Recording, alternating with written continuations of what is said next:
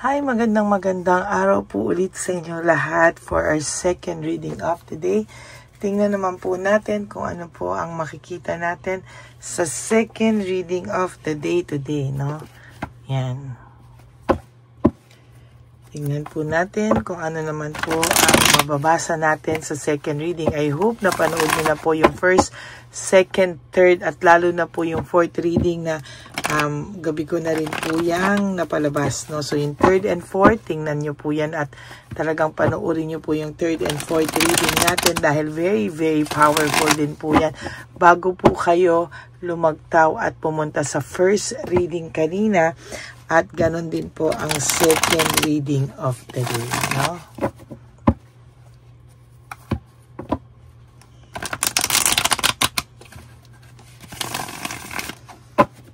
Okay.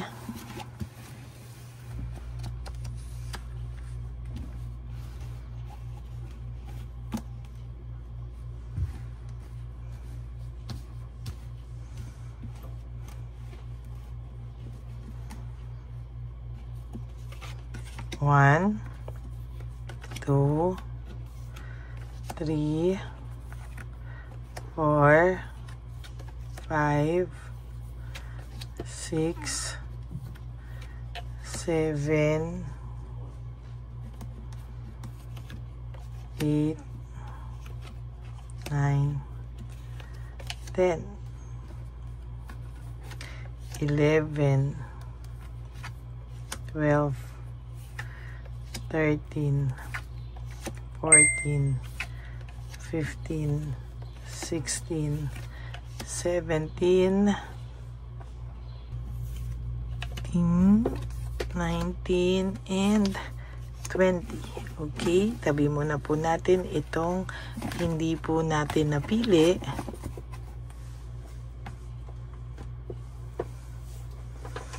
Ayan, aray ko.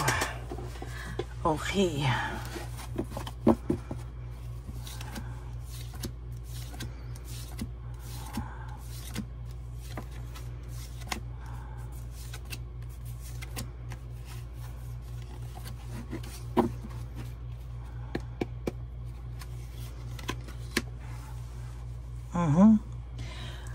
Gossip and isolation. Itong taong pong ito ay ayaw o allergy po siya na pinag-uusapan po siya. At kung ano man po yung nangyari sa kanya na mga kamalasan ay pilit niya pong tinatago at ayaw niya pong mapag-usapan at pahiyang-pahiya po kasi talaga siya sa mga nangyayari sa buhay niya, no? Ayaw po niyang nakikita ng tao at ayaw niya pong pinag-uusapan siya ng tao dahil pahiyang-pahiya po siya sa nangyari sa kanyang buhay sa ngayon, no? Hindi ko mataas po itong left ko. Right ko na may frozen shoulder ako. Ayaw niya makita ng mga tao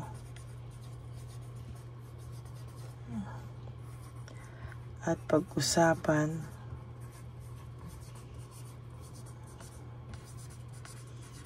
ang mga karmang nangyayari sa kanya.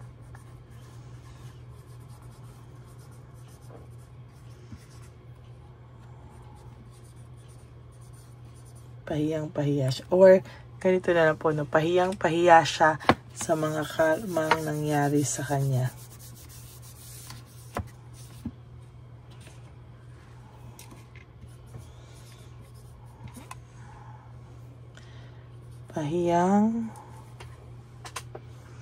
Pahiyang-pahiya siya sa karma na nakikita ng mga taong nangyari sa kanya.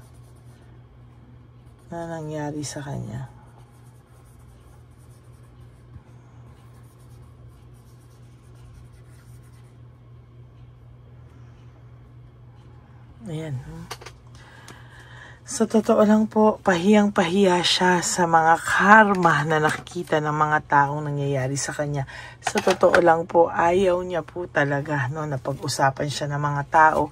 Ayaw niya po talaga, no, talagang nakikita po din ng mga tao ngayon kung gaano ka-boring ang buhay niya, nawala ng passion, naging boring.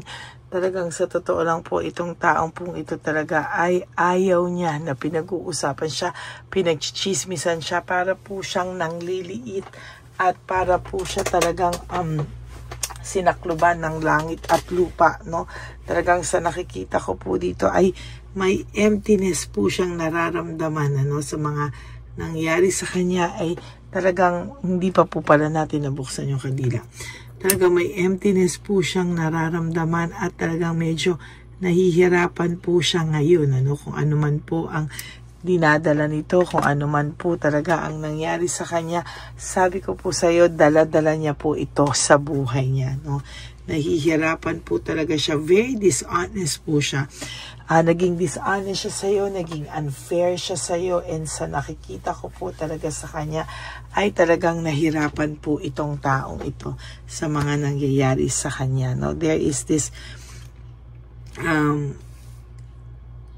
yan, dahil dati po nung kayo po ay magkasama pa, ito pong taong to ay may inner peace, no, may inner happiness, pero ngayon po para po siyang ang buhay niya po ay punong-puno po ng turbulence, no, yung parang sa eroplano, no, na talagang nakakaranas po siya ng dagok sa buhay, nakakaranas po siya ng matinding mga problema sa ngayon na hindi niya po dinanas nung nandyan ka, no? Talagang ang yabang po nito na parang hindi ka na niya kailangan sa buhay niya, umalis ka na sa buhay niya, hindi ka na niya kailangan, tigilan mo na daw siya, etc., etc. Pero nung nawala ka po, ay sunod-sunod po ang mga nangyari sa kanya.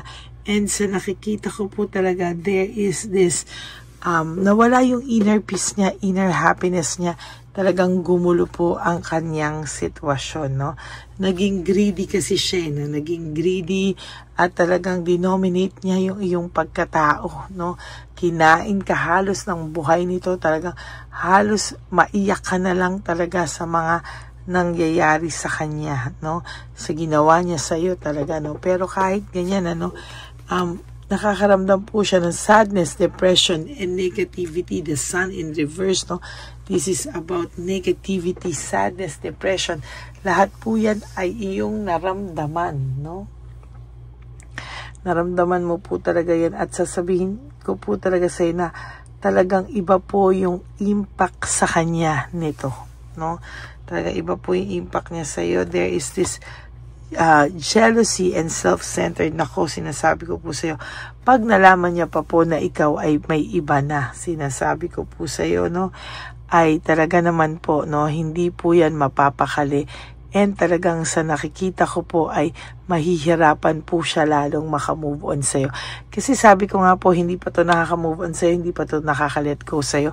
Minsan dinadaan-daan niya lang po talaga sa galit, no, para po mapagtakpan yung kanyang emotions, mapagtakpan lahat, no, yung mga nangyayari sa kanyang kamalasan.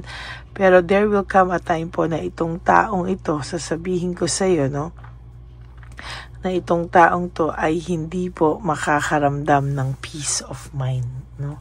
Mawawala po talaga ang peace of mind sa kanya dahil talagang ang dami niya pong ginawang desisyon at expectations sa buhay niya na magiging maganda, pero lahat yan ay impulsive decision.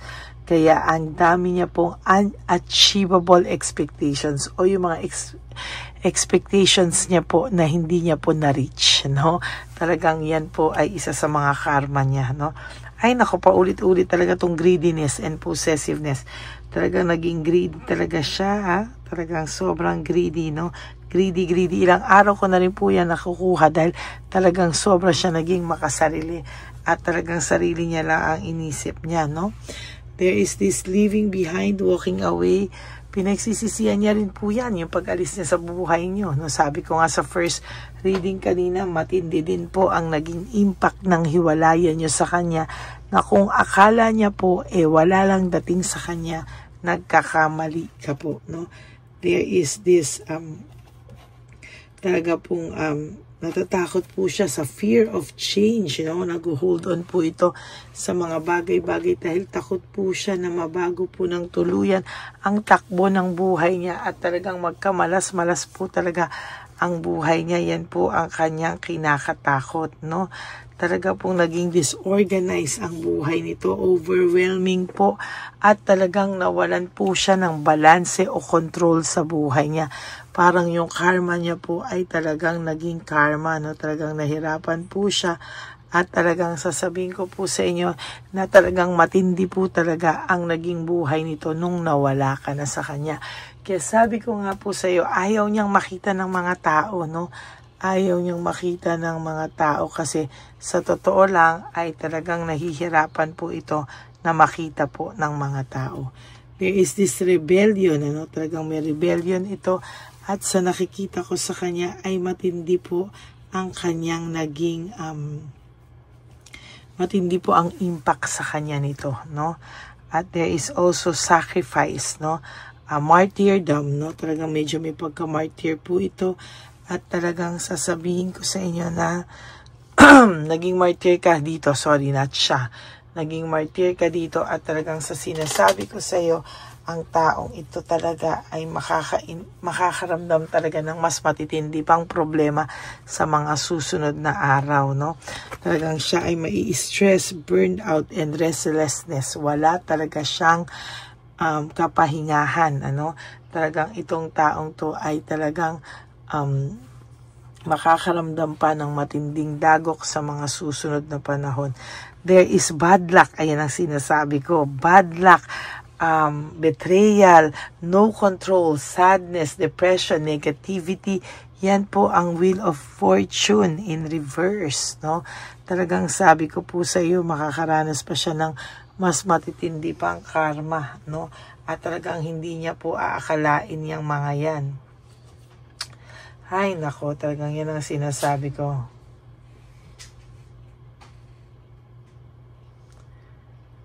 Kaya yan ang sinasabi ko talaga na may matinding dadanasin pa siya sa kanyang buhay sa mga susunod na panahon. Wala pong direction ito. There is no direction, very unpredictable, no? Talagang sabi ko nga po sa inyo, ang taong ito ay lalong makakaramdam ng kawalan ng direksyon sa buhay, no? Hanggang ganyan siya, hindi po siya makakaramdam ng direksyon. Parehong-pareho, no? Lack of direction, no direction, unpredictable, and panay conflict po ang kanyang nararamdaman. Aray, nako, napakasaklap naman po niyan, ano, sa totoo lang.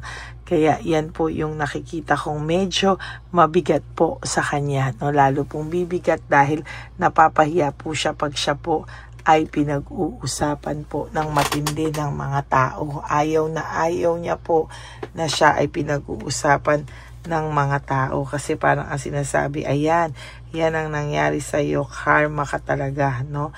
At sa nakikita ko po talagang sa mga susunod na araw, for your last card, aray talaga, no? Panay failure and defeat, no? Talagang yan po ang nakikita ko, failure and defeat, no? Talagang napakasakla po ng mangyayari, no? Kasi lahat po ay panay failure. Ayan, ano? Oh, yan. Yan po, no? Kaya lalong mapapahiya po ito pag siya po ay pinag-usapan ng mga tao.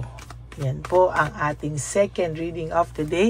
Pahiyang-pahiya po siya pag nakikita ng mga tao yung karmang dinadanas niya o yung karmang nangyayari sa buhay niya ngayon.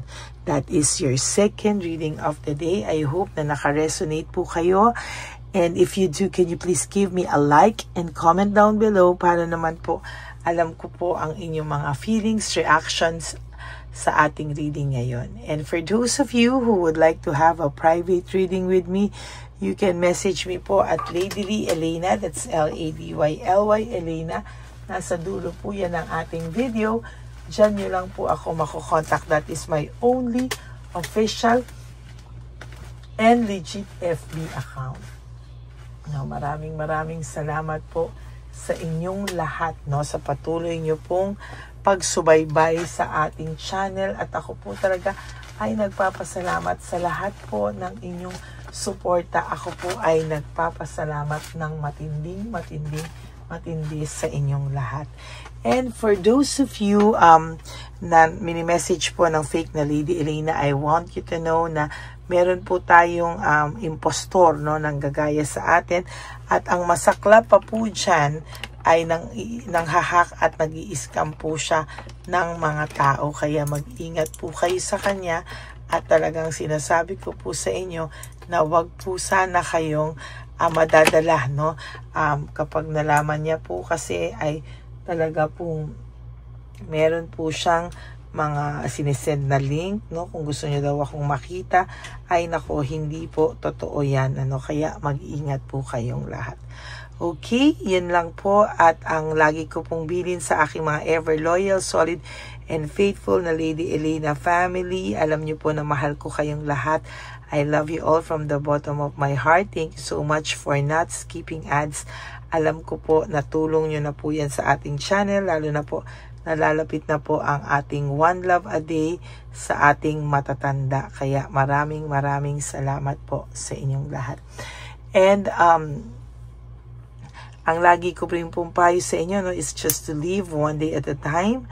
You do 3 things that will make you happy for today. Prioritize yourself. Make yourself happy, no? Forgive yourself, no? Patawarin po natin ang ating mga sarili sa lahat-lahat po ng ating mga pagtotolerate sa mga taong nanakit sa atin, ano? And also, you have to prioritize yourself, and you have to be grateful that we are still alive, and meron pa po tayong time, no, bumawi sa ating mga sarili. And also, you have to love yourself, because self-love is still the best love of all. And you also have to realize that life is so short. Don't make it shorter by stressing yourself from all the pains and heartaches na binigay sa inyo ng kahapon. Just surrender everything to the divine universe and just let go and let God write your life and love story. I will be back for another set of reading. Huwag po kayong mawawala. Ako po ay magbabalik for another set of reading for our third reading of the day. For the meantime, sana po ay napanood nyo muna po ang first, second, third, and fourth reading kahapon bago po kayo tumalon dito sa kanina nating first reading at ating second reading ngayon, and of course the third and fourth reading mamaya kung kaya ko pa po kayong bigyan ng fourth reading. Pero for the meantime po, no, sana po kayo po ay nabigyan ko po ng saya sa pamamagitan ng aking reading ngayong araw na to, no? Kaya maraming salamat po sa inyong lahat, and may God bless you all, no? And for those of you who would like to give me a super thanks for this video, I would really appreciate that from the bottom of my heart. God bless you all, and I love you, and I will be back for another set of reading. God bless you all. Bye! Okay, update po, may nagpanggap pong subscriber natin, ano, na siya po ay magpapahula sa fake na Lady Elena, kaya ayan, hinihingan po siya ng $80, at ang cell po niya ay nabigay at nakuha. Ang pangalan niya po sa cell ay Julian Albert, no? Siya po ay may cell account din, kaya mag-iingat po kayo. Ayan po, no, kung sino man po yung scammer na Julian Albert na yan, no, iinsensuhan po natin yan para siya po ay makonsensya. Kung wala man po siyang konsensya, at least po, bumalik sa kanya lahat po ng kanyang ginagawa, at maling-mali po yan, ano. Basahin niyo po lahat yan, makikita niyo po, ayan po ang cell number niya, at Julian Albert na yan, ano, para po talagang ma-report din po natin yan na siya ay gumagamit ng cell account na Julian Albert. Mag-ingat po kayo. Ayan po yung number niya. Ayan po yung pangalan niya.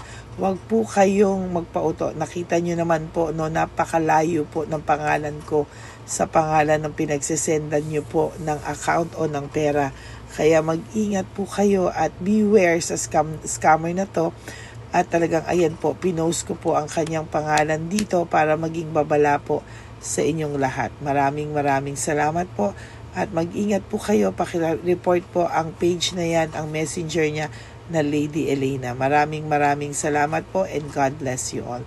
Ayan, sa susunod po makikita nyo yung account niya na i-report nyo. Salamat po na marami. Magandang gabi po ulit sa inyong lahat. Ako po ay muling nagpapaalala sa inyo na mayroon pong lumalabas sa FB at Messenger account na fake account po, no, nang hihingi po ng $25 through PayPal at hindi po yan totoo. Huwag po kayong maniwala dyan. At pag sinabi mo po na gusto ko pong marinig ang boses nyo or makita kayo, ang sasabihin po ay magbibigay kami ng link. Buksan mo yan at pagkatapos ay makikita mo ako. Huwag po kayong maniniwala dahil yan po ay hindi totoo. Yan po ay isang malaking scam na pag binuksan nyo po ay makahak po lahat-lahat sa inyo. Mahahak po ang inyong mga personal details. Lahat ay mahahak. Ako po ay nalulungkot na ito po ay nangyari, ngunit sa talagang may mga tao pong masasama at may mga tao po talagang hindi makatiis na hindi gumawa ng masama sa ibang tao. Pero maging aware po sana kayo, tulungan niyo po ako, i-report po natin yung fake na yan at sa FB para siya po ay mawala na at wala na po siyang mabiktima pa, no? Nandyan po lahat ng details at maraming salamat po sa inyong lahat. Maraming salamat po sa inyong lahat at mag-iingat po kayo.